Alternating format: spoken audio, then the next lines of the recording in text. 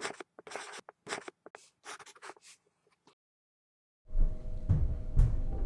there, I'm Pete from Nonstop, and today I'm going to show you how to wax and edge and also repair a gouge in a snowboard.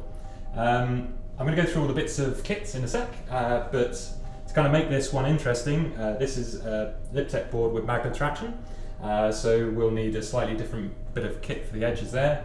And as I said, I've got a gouge in it, so I'll also be showing you how to Tex gouges in the base. So starting off with the edging, the first tool that we need is a edge sharpener. You'll probably see much bigger edge sharpeners than this generally, at least twice the width of it. This is a short one, and we need this to do magnet traction on snowboard. And what magnet traction is, it's a wiggly edge to the board, kind of like a bread knife, where it has peaks and troughs along the edge of it.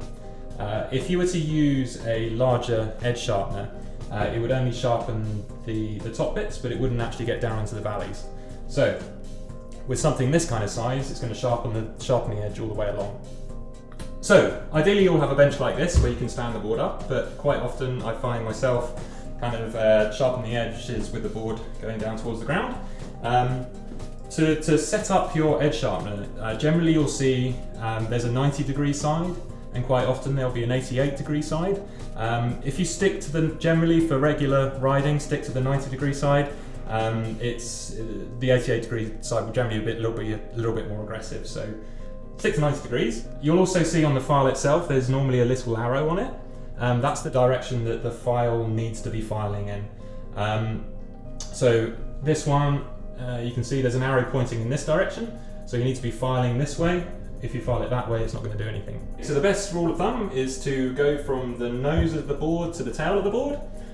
So we're just going to give it a couple of rubs along in each section of the board, just to make sure it's sharp all the way along.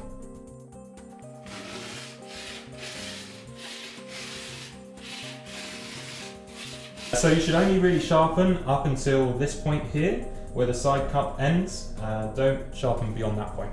A good way of testing that your edge is sharp is to just run your fingernail down it, and if it shaves a bit of your fingernail off, it's good and sharp. Okay, so I've now sharpened both edges, and something I quite like to do after doing that is to run along with the edge polisher, just like this. And all we have to do, again, from going nose to tail, is just give it a couple rubs along. It's kind of like a rubbery edge polisher, and it'll make it all looking nice. Okay, before we get to work on the base, I just like to give it a brush over with quite a firm brush, just to get rid of any old wax. So yeah, again, from the nose of the board to the tail, just give it a good scrub.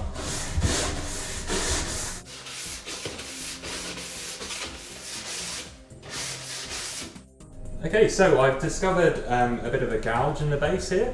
It's nothing too serious, it's not near an edge, so it's nothing to be too worried about. But it's something I want to get patched up just for the general health of the board. Okay, so what we need to fix this gouge is a stick of Tex, a lighter, and a metal scraper. So, okay, what we're going to do here is set light to the Tex stick with the lighter, and burn it so that it has a relatively slow flow of Tex dripping from it.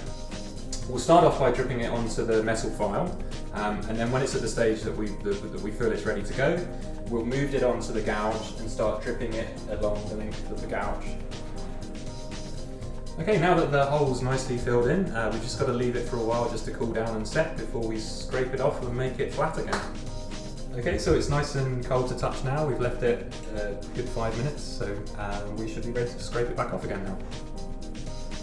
Okay, to scrape the Tex back off and make the base of the board flat again, we need to use this metal scraper.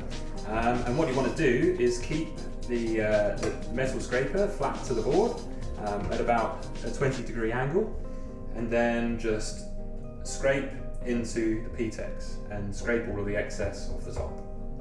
So we want to do a forward motion, not too aggressively, and just kind of dig it out along the length of the cut.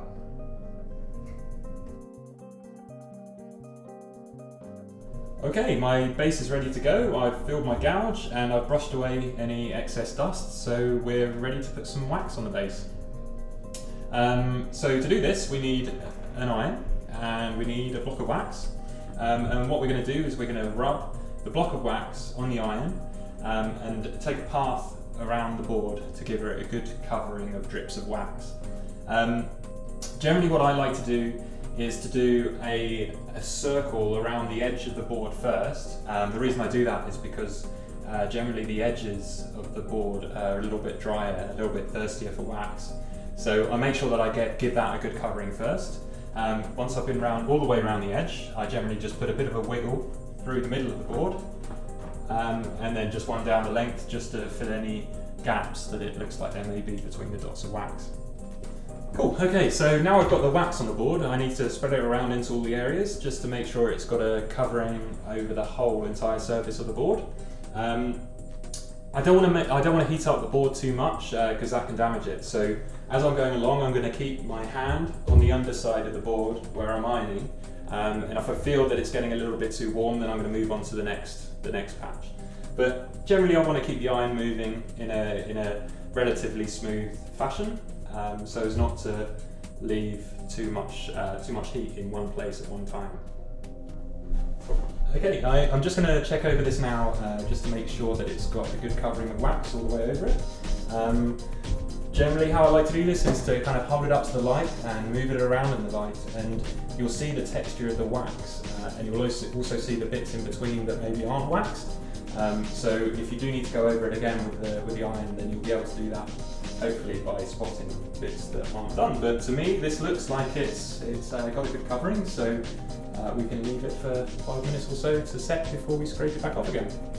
Okay, the wax is nice and cooled now on the board, so we're going to scrape it off so that we've got a nice smooth base again. Take a plastic scraper like this one. It's nice to have a nice wide one when you're doing it on the snowboard, but a little one just like this will be fine as well. So we're, in the same way as we've done other stuff, we're going to go from the nose of the board to the tail of the board. I don't know if it really makes that much difference, but it's certainly the best practice thing to do. And we're going to just scrape the top level layer off the wax.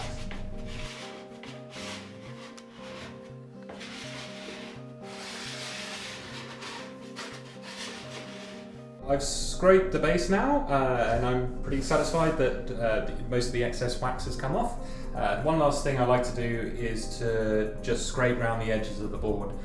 This is so you don't get any nasty surprises with wax-starved edges. It's better if they're sharp and cutting into the snow when you need them to be. So a lot of scrapers will have this little cutout in it, and this is made for exactly that purpose, just for scraping along the edge of the board, getting rid of any excess blobs of wax that might be along there. Okay, so the next thing we need to do is to brush off the last bit of excess wax, and which will help to expose the texture on the base of the board. You'll probably notice that the board has, it's not completely flat, there are lines that run through it. So by putting this brush across it, we're just kind of getting back down to that again. Some people, I mean, the way I learnt originally was to run the brush along the length of the board. Some people now say that it's better to kind of do a diagonal pattern along it when you're brushing.